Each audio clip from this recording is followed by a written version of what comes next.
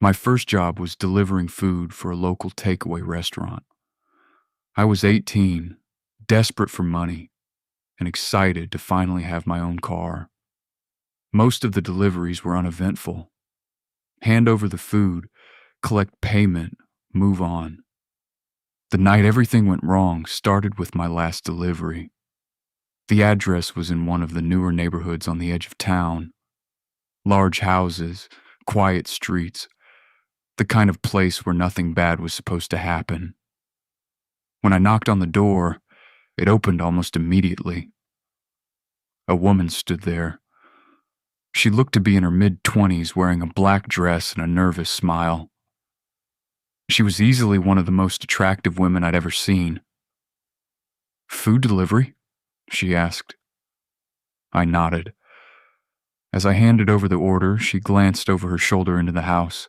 Then she leaned closer. "Can you do me a favor?" Her voice was low. "There are two men inside. I don't know them very well, and they're making me uncomfortable. Would you mind waiting in your car for a few minutes until they leave?" I remember feeling flattered, important, like I was helping someone. "Sure," I said. The relief on her face looked genuine. "Thank you." I walked back to my car and parked across the street. For the next 10 minutes, nothing happened. The house remained quiet. No lights turned on. No one came out.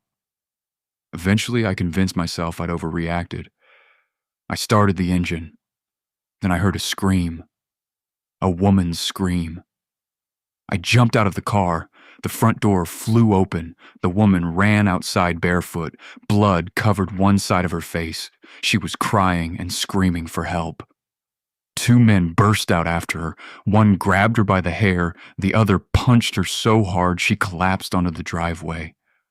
I froze. I wish I could say I charged in. I wish I could say I was brave, but I was 18 and terrified. I called emergency services with shaking hands. The men saw me. For a second, I thought they were coming after me. Instead, they dragged the woman back inside. The front door slammed shut. Police arrived within minutes, not fast enough. The woman was already dead. Weeks later, detectives interviewed me again. They told me she had been trying to leave an abusive relationship. The men weren't strangers. One was her boyfriend. The other was his brother. The thing that haunts me isn't what I witnessed. It's what the detective said before I left.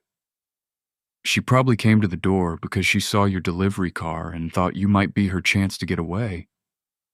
Sometimes I wonder what would have happened if I'd told her to get in my car. I think about that almost every day, and I don't think I'll ever forgive myself."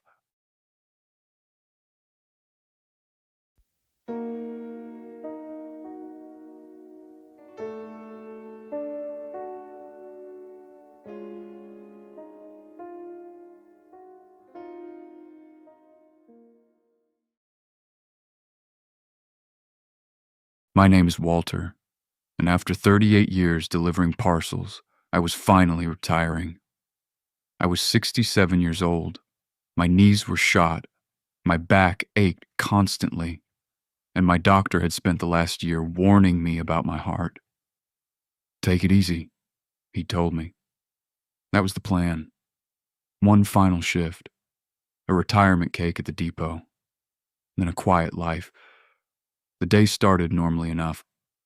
I loaded the van, joked with the younger drivers, and headed out on my route. By mid-afternoon, I was delivering to a rural road outside town. The summer heat was brutal. I remember climbing a long driveway, carrying a heavy package, and feeling a sharp pain spread across my chest. I stopped. The world tilted. The parcel slipped from my hands, then everything went black. At first, I thought I'd died. I was standing in the middle of the same driveway, the same trees, the same house, but something was wrong. The sky wasn't blue. It was a deep, swirling crimson. The trees looked twisted, their branches bent into shapes that reminded me of hands reaching toward the ground. There was no wind, no birds, no insects, only silence. Complete silence. I turned toward the house. Every window was dark, yet I could feel movement inside. Not hear it. Feel it. Like dozens of people were standing just beyond the glass, watching. I began walking backward. That's when I noticed the road. Hundreds of figures stood along it. Men, women, children, all completely still. Every one of them was staring at me. The closer I looked, the more familiar they became. Former customers, people I'd delivered to over the years, people I knew had died, a widow whose funeral I'd attended, an old farmer, a teenager killed in a car accident. They weren't speaking, just watching, waiting.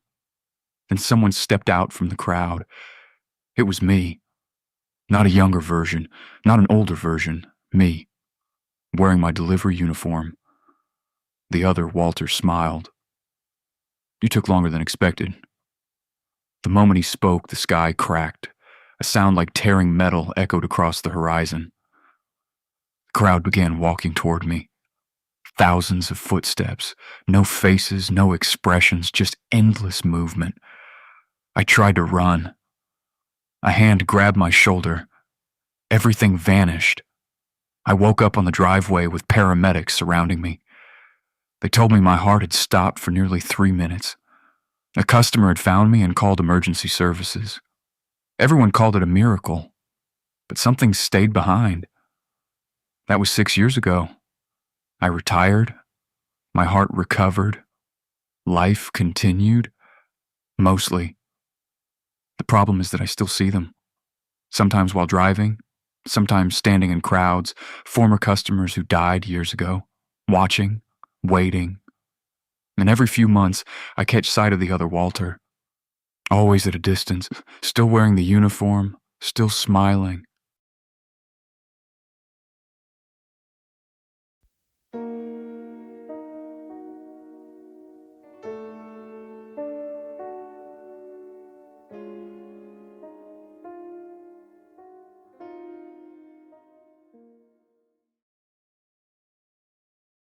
I used to deliver food for extra money while attending university. Most of my shifts ended around midnight, and after a few months, I got used to the strange things that came with the job. Empty streets, dark houses, and the occasional drunk customer. The scariest night of my life happened during my last delivery. It was just after 12:30 a.m. when an order came through for a house on the edge of town.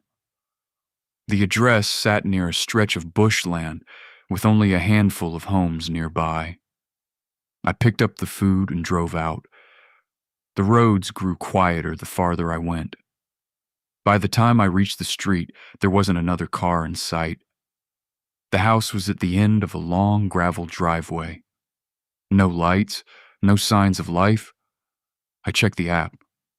Leave at front door. Easy enough. I grabbed the food and walked toward the porch. Halfway there, I heard something moving in the darkness beside the house. A rustling sound. Heavy. Not the sound of a possum or a cat, something bigger. I stopped and listened. Silence. After a few seconds, I laughed at myself and continued walking. I placed the food beside the front door and took the required photo. As I turned to leave, I heard it again. Closer. A low growl. My stomach tightened. I slowly looked toward the side yard. At first, I couldn't see anything. Then 2 eyes reflected the moonlight. Low to the ground. Watching me. I backed away. The animal stepped forward. A large dog. At least I thought it was a dog. It looked wrong somehow. Too thin. Its ribs pushed against its skin. Its head seemed unusually large, and it wasn't acting like a normal dog. It wasn't barking. It wasn't showing aggression. It was simply staring. Then another pair of eyes appeared behind it. Then another. 3 animals. All silent. All watching. I turned and walked quickly toward my car. The moment I did, They charged. I heard paws pounding across the gravel. I ran. The growling exploded behind me. Something slammed into my leg. I hit the ground hard. Pain shot through my ankle. I kicked wildly and felt fur beneath my shoe. The animal yelped. I scrambled to my feet and threw myself into the driver's seat. The creatures reached the vehicle just as I slammed the door.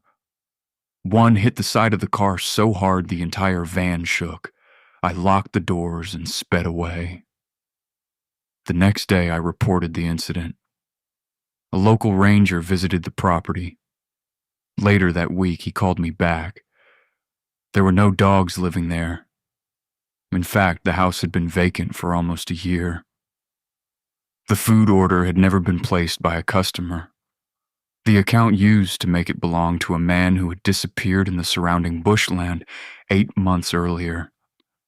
His phone was never found, but somehow it had ordered dinner at 12:07 a.m.